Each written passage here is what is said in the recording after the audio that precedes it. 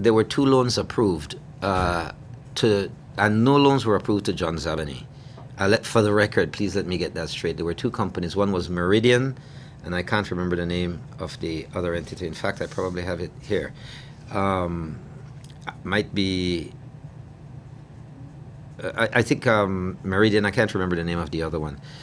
There was a very small portion of one of those loans that had been dispersed. I think we had all the securities in place. I think it was under maybe $100,000 or maybe $150,000 of possibly a $2 million loan. And there's been no further disbursement.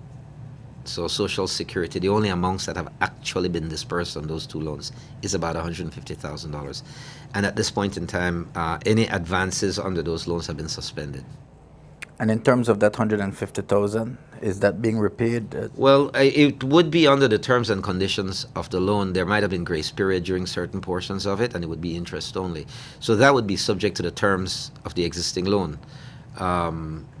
But unless certain situations would change, I would believe that there would be no further disbursement under those loans. So if anyone once again is making statements that there were all these monies disbursed, that's not the circumstances. I think I heard someone comment that with respect to the due diligence at SSB, should SSB not be obligated to check with the central bank relative to the macro credit risk element, etc. And I think that's a good point to a certain degree. And in fact, Social Security has embarked on such exercises. In fact, in March 2014, we wrote to the Central Bank of Belize with respect to the Zabaneh loans, ironically that you should bring that up. And we says, and we asked them about